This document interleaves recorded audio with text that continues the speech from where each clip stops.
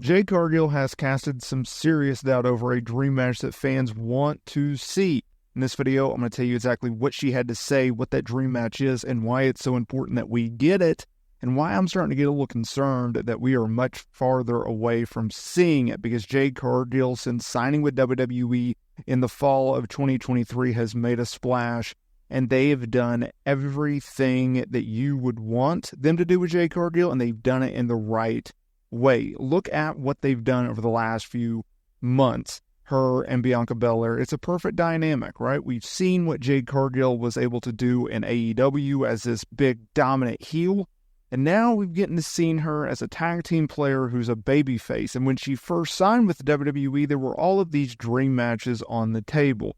What if, and the name next to them, right? What if Jade Cargill versus Charlotte Flair? What if Jade Cargill versus Rhea Ripley? What if Jade Cargill versus Becky Lynch? Now, some of these names have come, some of these names have gone. We've also seen talent rise up to the occasion and made their way from NXT to the main roster. I think of people like Tiffany Stratton, even Alba Fyre, Isla Dawn, right? And we've gotten to see some of these matches, most notably Alba Fyre and Isla Dawn. They've been working tag team matches and even a tag team feud with Jade Cargill and Bianca Belair over the last few years.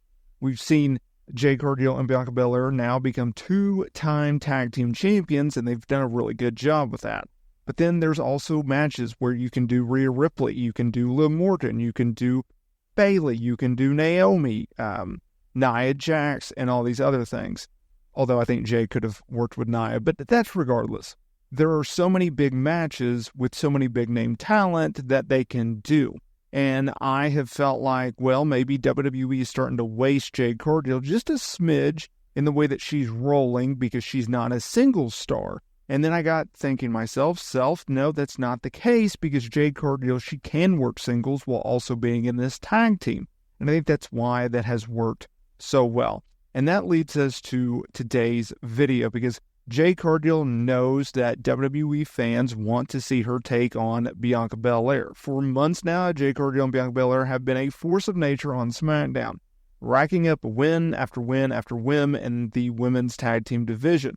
The duo had a short reign as the women's tag team champions, a reign that was cut short at Clash at the Castle by the Unholy Union. However, they've won it back since then. Now, even with their success as a tag team, many fans are clamoring to see Jade Cargill and Bianca Belair face off in a singles match. As it turns out, both women, well, they are laughing and talking about it on a weekly basis, because Jade Cargill did a recent interview with Fightful, and she said, "We laugh out loud about it. We talk about it. I promise you, it's a topic of discussion almost every week. Right now, we're here to elevate the women's tag team division. We're here to hopefully put a PLE one day, or put it on a PLE one day. It is inevitable. I don't know. Right now, we're just focused on meaning the tag team division." So let's break this down for a minute. So yes, they're aware that you're talking about it and I'm talking about it. Now, I will say this. I've seen comments where some people, they don't want Jade Cargill and Bianca Belair to split up. They think that they should remain intact for more months to come. It's too early, I've seen, or it's not the right time, I've also seen. I think we are in a very interesting spot where they had an opportunity to break them up. They didn't, right? Coming out of Bash in Berlin, I thought they could have done the split at SummerSlam. They clearly decided not to do so. However, they have put the titles on them. And so now that I look at it and I go, okay, it's September. If you want to wait until WrestleMania, because I think most people would agree a Jade Cargill versus Bianca Belair match, it would make sense to do that at WrestleMania, right? Considering it would be a 1 year marking of them officially being a tag team. It's also WrestleMania, and you need something big for these two stars, right? And it would also be a ending to the story. So there's a lot of checklists that are, or check boxes that are being checked off, right? So I get why you would want to wait for that. And yes, maybe you don't do the split now because you want to pay it off at a later date. Well, there's ways of getting around that. I've pitched the idea of, okay, let's not have them feud, but let's keep them in an alliance, but they kind of go off in their separate ways. So Jade Cargill, she goes and does the singles feud with this person, and Bianca Belair goes off and does the singles program with that person, right? You could do it like that. In terms of them actually talking about it, I do think that's funny, because it's like, we know it's coming, just when is it coming kind of thing. So that's interesting. And right now, in terms of just trying to get focused on the tag team division, I respect that. I appreciate that.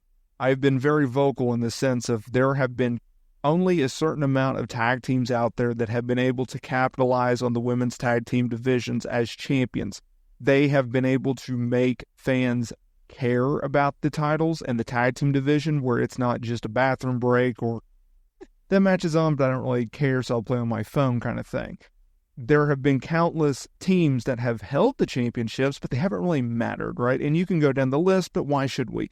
More importantly, we can go down the list of talents that have held the titles that have actually made them mean something. I would lump Jade Cargill and Bianca Belair into that. I would also say that Mercedes Moné, a.k.a. Sasha Banks, and Bayley have been able to do that. They were the ones who originally pushed for the women's tag team championships. They were also two-time tag team champions, and they were almost like this catalyst of, okay, we need to make these titles important. We need talent to make them important, so we're going to put them as champions, and they did that, and that worked out. And then, all right, we're going to put it on someone else, but they just don't have the same prestige as they once did, so we'll put the titles back on them. I see that as a very similar thing with Jade Cargill, Bianca Belair, because as good as Unholy Union is, they don't have the star recognition right now that they did compared to what Jade and Bianca brings to it, right? So I understand WWE's position of, okay, we're going to do the title change of Bash in Berlin. We're going to make new champions. We're going to try to make new stars out of these titles and out of this win and dethroning Jade and Bianca Belair. But coming out of it, we didn't have the same oomph, the same impact as once we did. So they decided, okay, let's continue this feud with Jade Cargill, Bianca Belair with Unholy Union. And oh, by the way, let's put the titles back on Jade Cargill and Bianca Belair. And oh, by the way, let's keep this feud going even more. And it's like, ugh, what are we doing? Can we move on? Can we go to something new, something fresh? There's nothing wrong with the talents involved. It's just been there, done that. We've seen the same movie for the last, 3-4 months. Like, let's move it along kind of thing. So it'll be interesting. But yes, I do think we will get a Jade Cargill versus Bianca Belair match.